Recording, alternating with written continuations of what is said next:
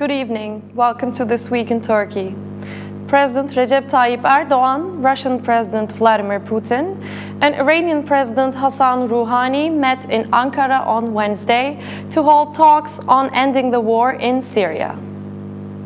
Wednesday, the leaders of Iran, Russia and Turkey gathered in the Turkish capital Ankara for high-level talks on ending the Syrian war and cementing their influence on the outcome of the conflict. The three presidents, Recep Tayyip Erdoğan, Hassan Rouhani and Vladimir Putin, have said they are committed to achieving a lasting ceasefire in Syria as guarantor countries.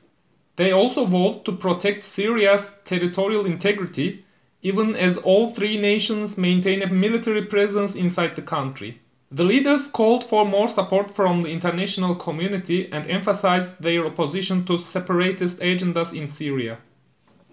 The future of Syria and our region cannot be left to a few terrorists, President Erdoğan said at a news conference marking the end of the summit. Turkey values Russia and Iran's solidarity with its Afrin operation. We will establish grounds for peace in Afrin, Erdoğan said. This was the second time that Erdoğan, Putin and Rouhani have met in recent months to discuss the conflict. President Erdoğan also said that he proposed the construction of new housing for returning Syrians in the safe zones established by the Turkish army. Another proposal he said he made was to build a hospital for the injured coming from the eastern Ghouta in cooperation with the Russian armed forces. Meanwhile, for his part, Rouhani said that Syria's territorial integrity and sovereignty should be the main objective. Putin similarly supported the importance of Syria's territorial integrity and sovereignty and warned against any attempts aiming to fuel ethnic and sectarian clashes in the region.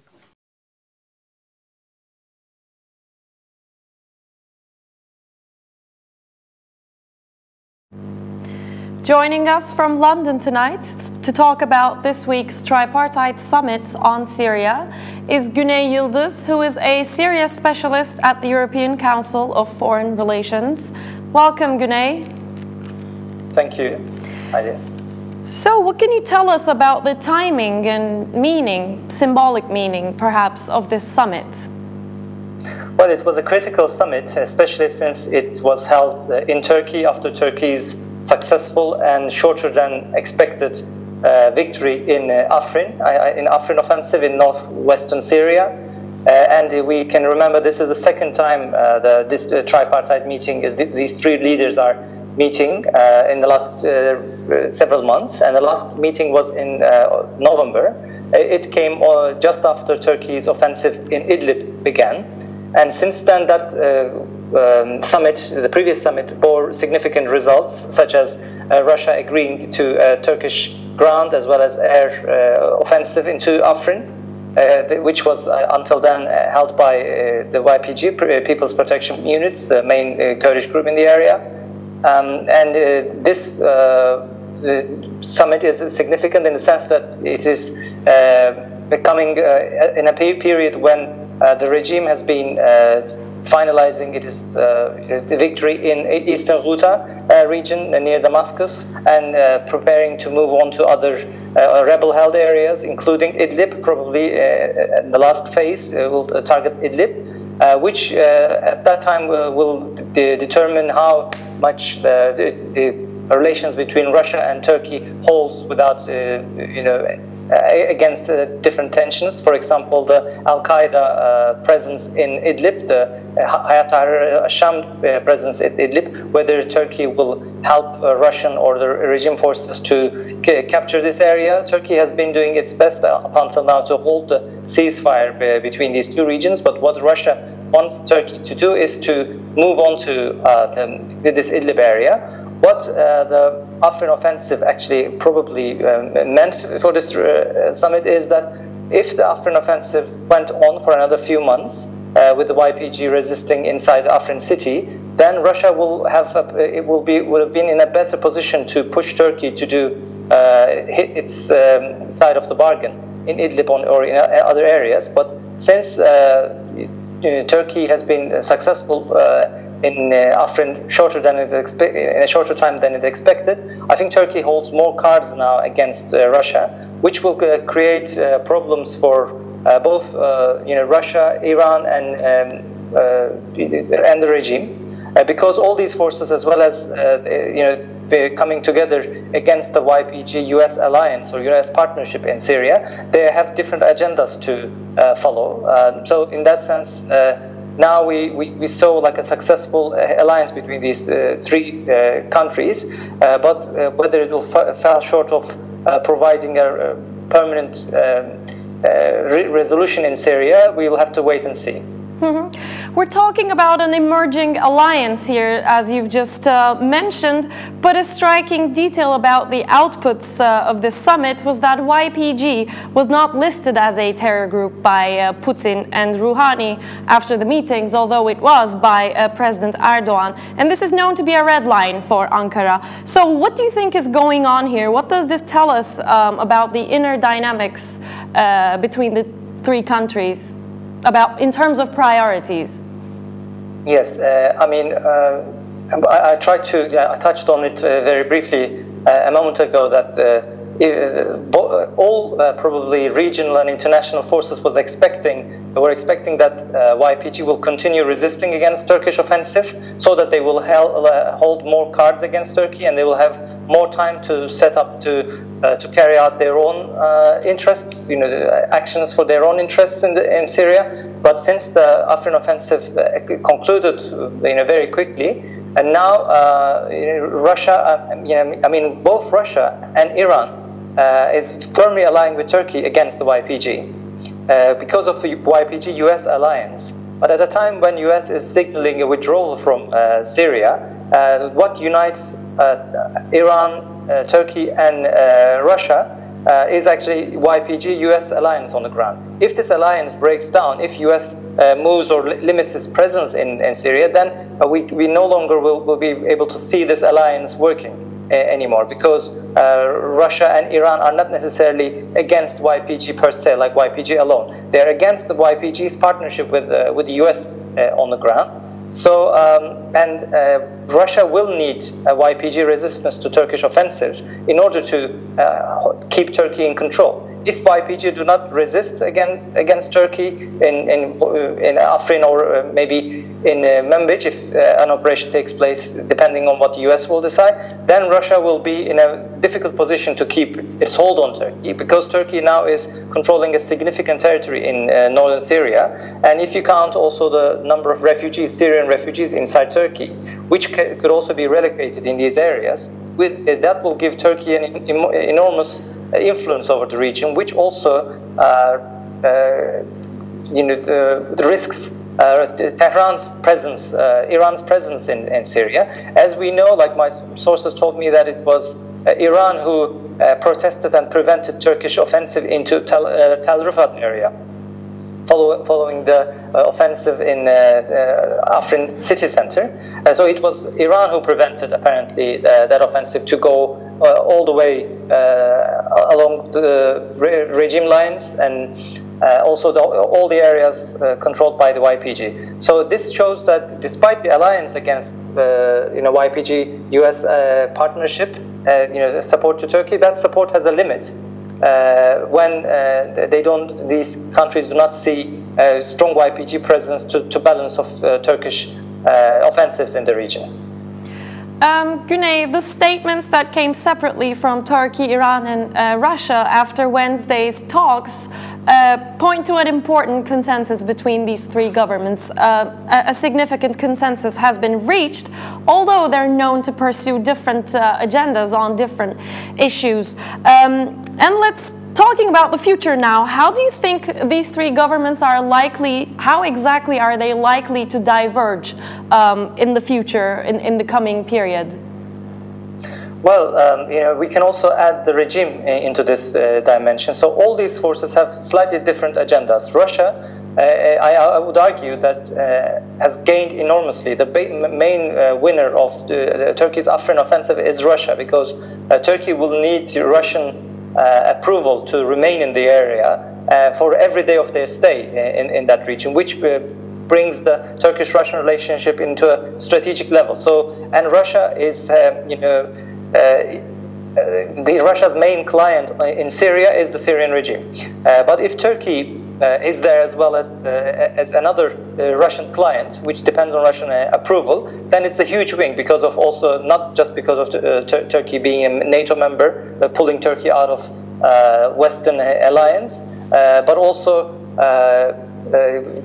driving a wedge between, limiting the power of the YPG, for example, in the region, and US presence in the region with another NATO country. So Russia is winning all around in this game, but it is not necessarily the case for the regime, Syrian regime, and Iranian government, because Syrian regime, what Syrian regime is seeing there is another country controlling a significant territory inside its borders. And as we've seen, the moves by Turkey signals also that the Turkish presence will likely be permanent in this area in one way or another, or either in the form of like large military bases or industrial zones, or like a full Turkish presence in the region, which disturbs Damascus as well as Tehran, because what Turkey relies on more Islamist rebels on the ground, which have been weakened significantly up until recently. But now those rebels are controlling an area from Jarablus to Idlib.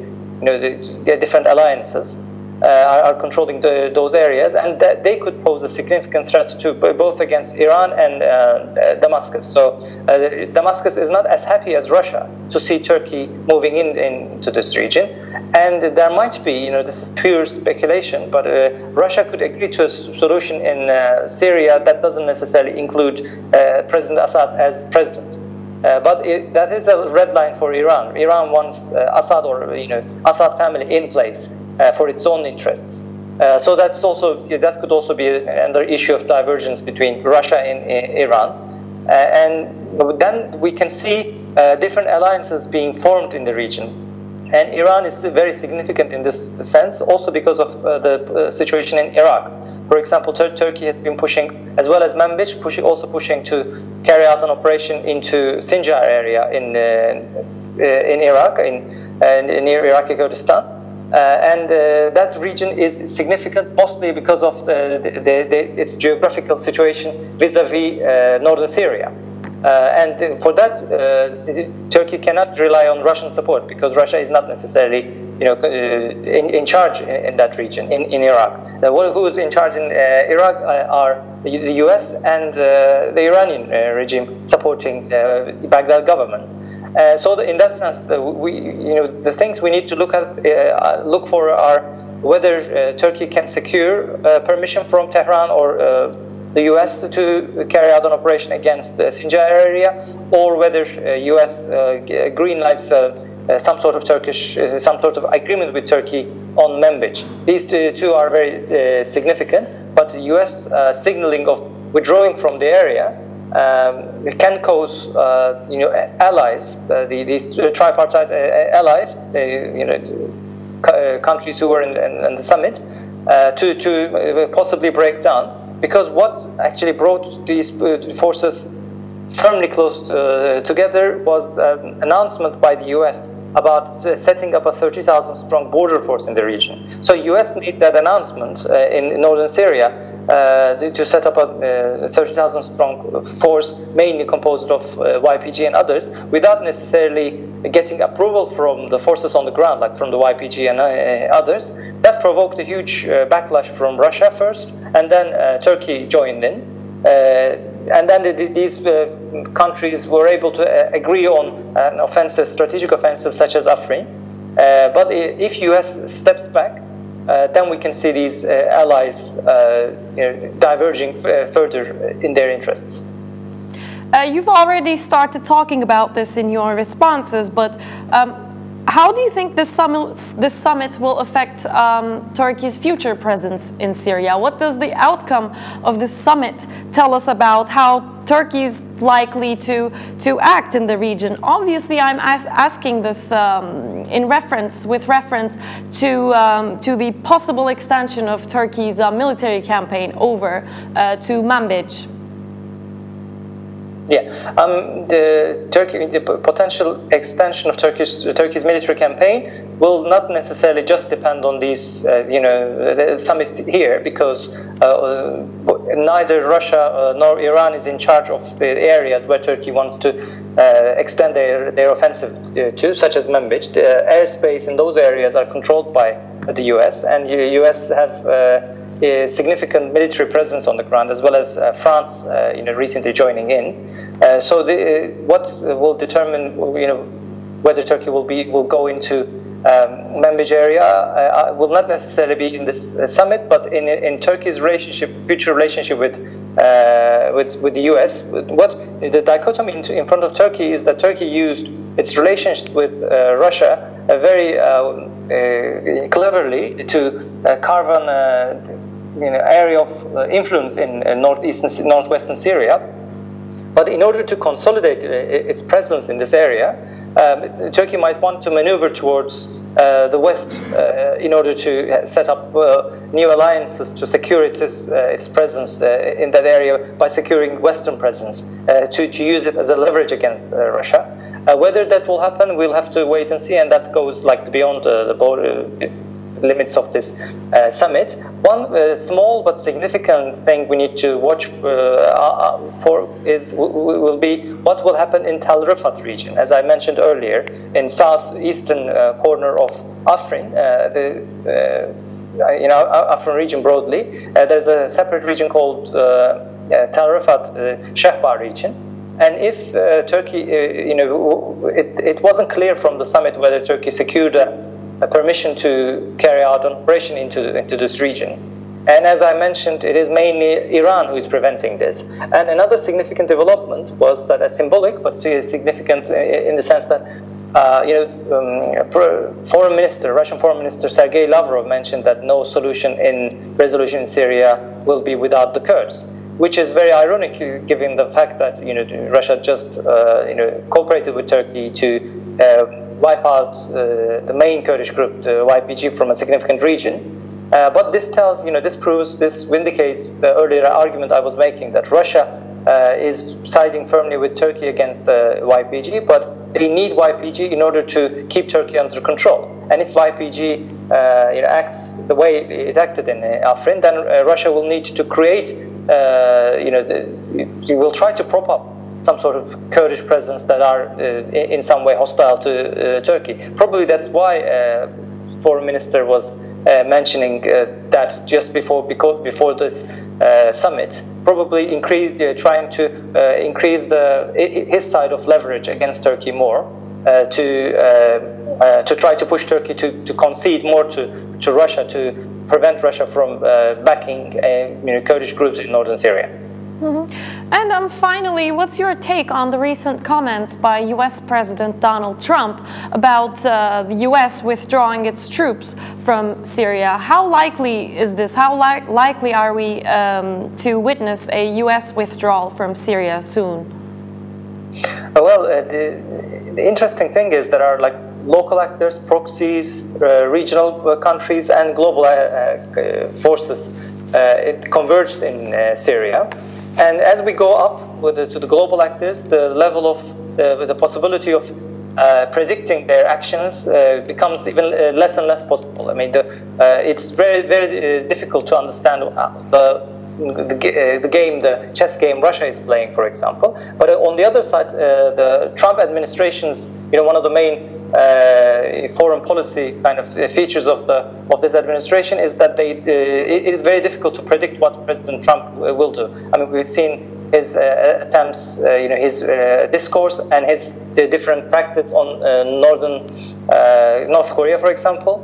But here we see that the U.S. foreign policy, there is still a dichotomy. Pentagon is firmly backing the YPG and wants to remain there. But they're under, obviously, command of U.S. President, and U.S. President asked them to prepare for withdrawal from Syria. This is separate from when he told we will take out our troops, pull out our troops very soon. It doesn't mean necessarily very soon, but it can happen in months or maybe a year, which could very significantly alter the political situation in northern Syria, because maybe U.S. Let's assume will stay in the region for another year. But if local forces know that U.S. will go away, will pull out at some point, they will make their strategic calculations accordingly. So we can see new alliances being built up, for example, in northern Syria. It is very difficult to put in a timetable. When the U.S. withdrawal might happen. But we can also contrast it with the point I made earlier about setting up a 30,000 strong border force. We've seen former Secretary of State making comments that U.S. presence in Syria will now be not against ISIS, but will be against Iran.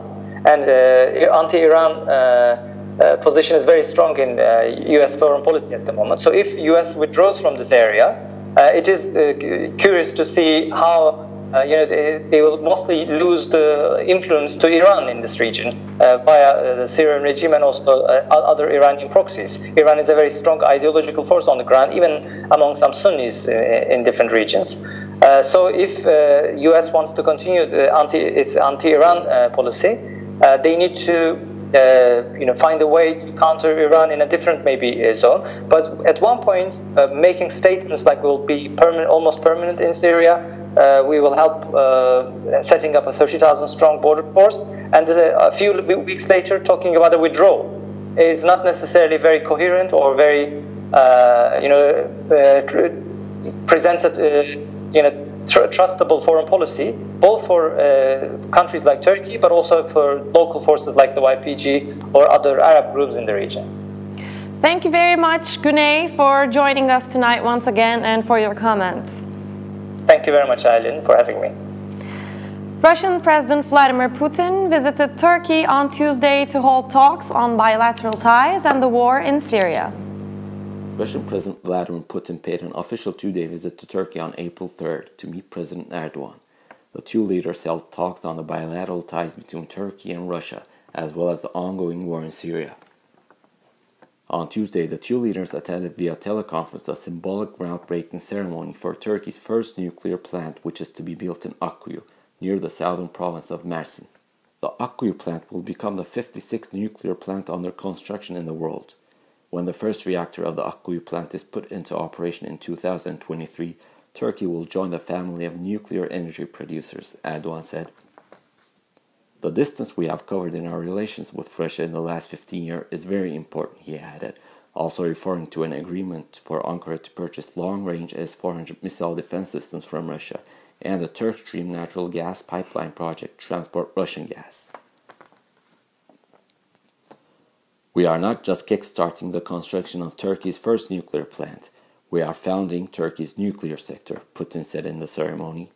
The Akkuyu nuclear plant, which will be built by Russia's Rosatom for a price tag of $20 billion, will have a capacity of 4,800 megawatts in 4 units and a working life of 8,000 hours per year.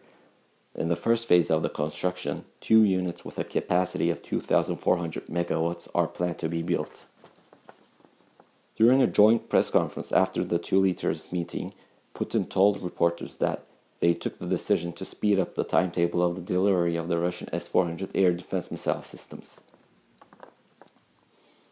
We have made an agreement regarding the S-400s. The subject is closed. It's a done deal, Erdoğan said. In December, the two countries finalized an agreement for Turkey to purchase Russia's long-range S-400 missile defense system, which has raised eyebrows among some of Ankara's NATO allies.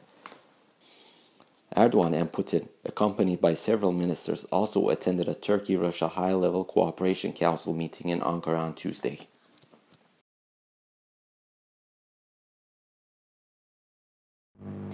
US President Donald Trump has said that he wants American troops to get out of Syria during a press conference on Tuesday. During a press conference at the White House on Tuesday, US President Donald Trump said that he wants American troops to get out of Syria, in spite of some of his top officials who have stressed otherwise. The president's comments came minutes into a separate public event held just blocks from the White House, in which CENTCOM Commander General Joseph Votel and Special Presidential Envoy for the Global Coalition to counter the Islamic State, Brett McGurk, spoke. In stark contrast to Trump's emphasis on a quick withdrawal following the Islamic State's military defeat, General Votel suggested that the U.S. should play a long-term role in Syria in terms of stabilizing the areas freed from ISIS. Special Envoy Brett McGurk in turn noted that the role both American military and diplomatic assets had played in staving off violence between Turkey and the Syrian Kurdish allies of the United States. "It's incredibly complex," McGurk said, "but we have to work through this diplomatically with our NATO allies and reassure our partners on the ground in Manbij." McGurk also said, "We are in Syria to fight ISIS. That's our mission. That mission isn't over, and we're going to complete that mission." Currently, the United States has roughly 2,000 soldiers in Syria, and officials say 98% of the vast regions ISIS once held in Syria and Iraq have been liberated.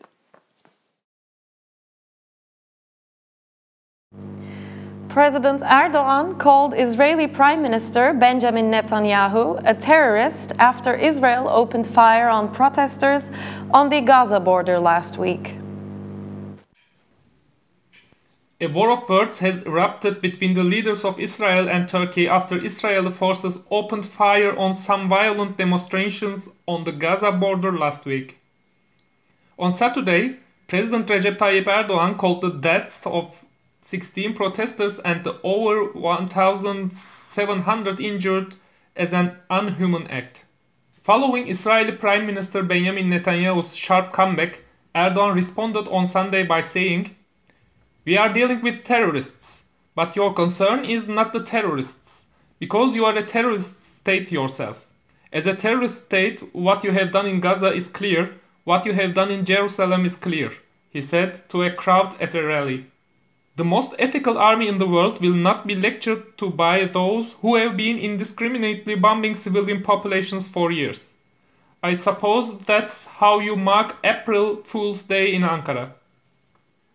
Gaza has driven Turkey and Israel apart before and led to a period of severed relations after 2010 and the Gaza flotilla incident. Normalization of relations began at the end of 2015, but last December Erdoğan threatened to cut ties if the US moved its embassy to Jerusalem.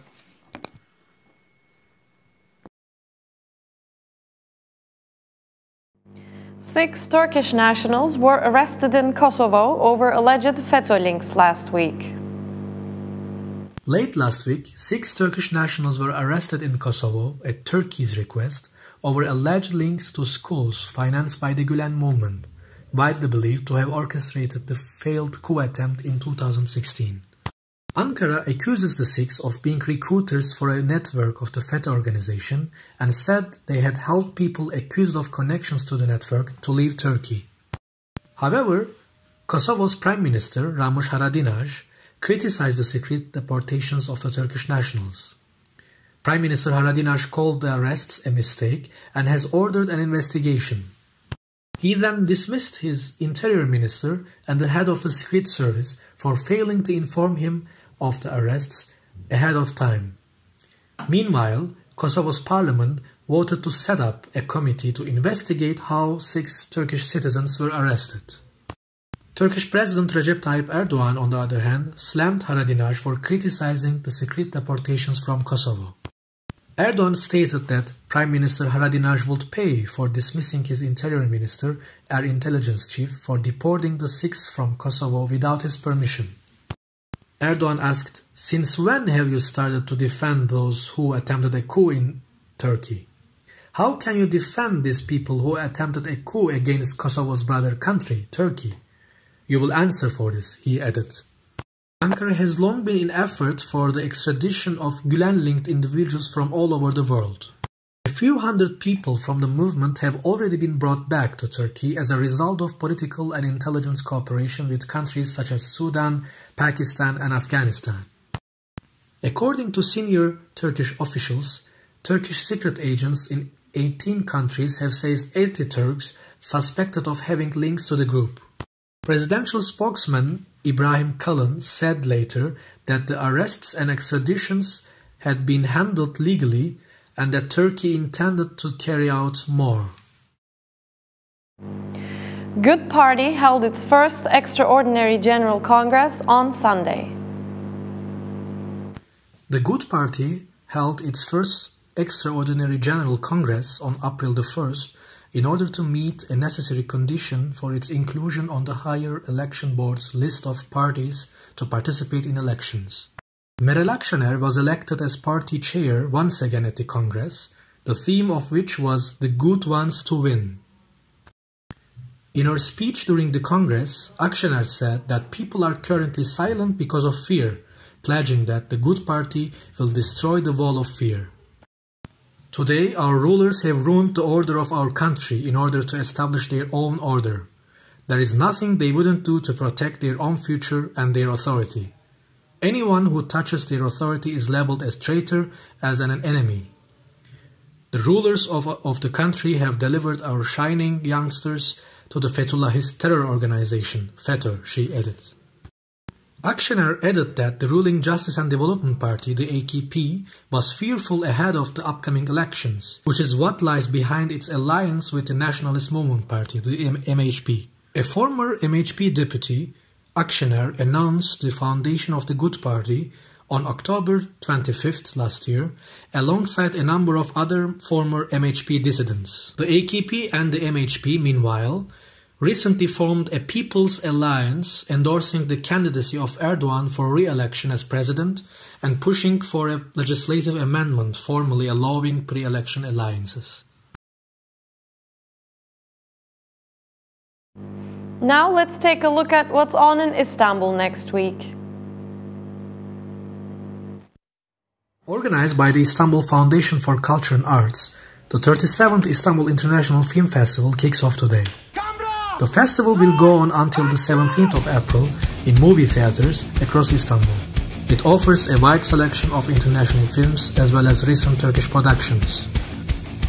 The opening ceremony is taking place tonight at the Istanbul Lütfü Kırdar Convention and Exhibition Center and is being broadcast live via Vodafone TV. Actress Perihan Savaş, screenwriter and writer Osman Şahin, director Aram Gülyüz and producer Arif Keskiner will be given the festival's honorary cinema awards. Cevdet Pişkin, who has been managing Atlas Sineması, one of the oldest movie theaters of the festival, for 22 years, will also be given an award for his outstanding contribution to cinema. The films and sections of the festival program will be presented at the gala, the guests of which include master director Peter Greenaway and his wife Saskia Bodeke. Having attended the festival many times as a guest, this year Greenaway takes part in the festival with the film The Greenaway Alphabet that his wife Bodeke made about him. Another prominent figure attending the opening night is celebrated actor Travis Fimmel. The opening film of the festival, Lean on Heat, will be screened after the Fimmel's introduction. Sonar Istanbul kicks off tonight at Zorlu Performing Arts Center. Tonight and tomorrow night, the festival is going to host head-spinning DJs and producers of the electronic music scene, such as Courtesy, Damien Lazarus and the Ancient Moons, Erol Alkan, Fatboy Slim, Fatima Yamaha, John Hopkins, Kerem Akta, Magna Pia, Panpot, Roosevelt, Shigeto, Zozo, as well as others who bring creativity and technology together.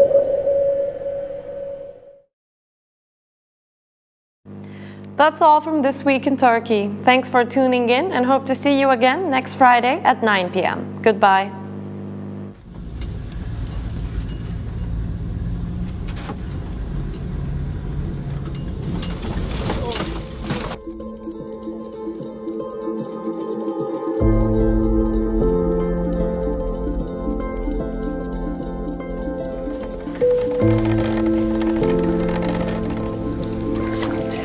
She takes water from here to the farm. Long way. Every day. Tangia nije leo mwaka wa 3 sijafanikiwa chochote. Asubuhi unapoamka kwamba kesho unapanda, tuseme kama leo jioni unapanda.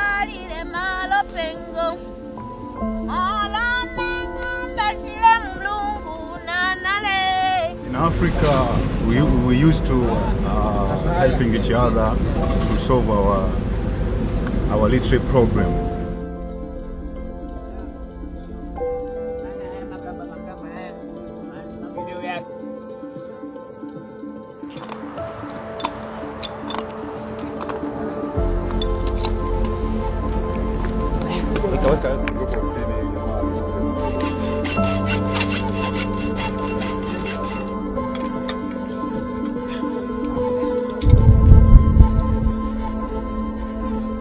This is our permaculture garden, which is supposed to provide sustainable food for this community.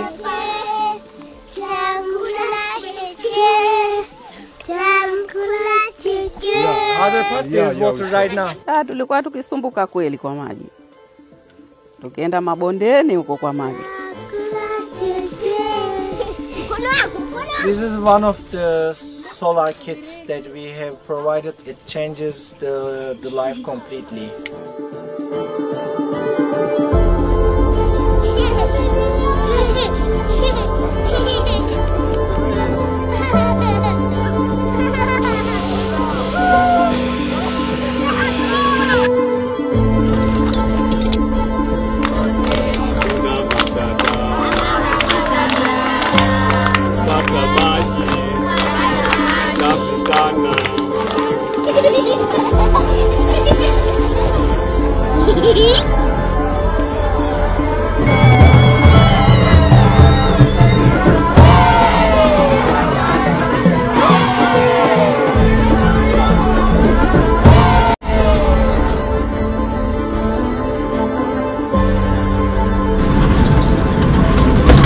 Asante, asante.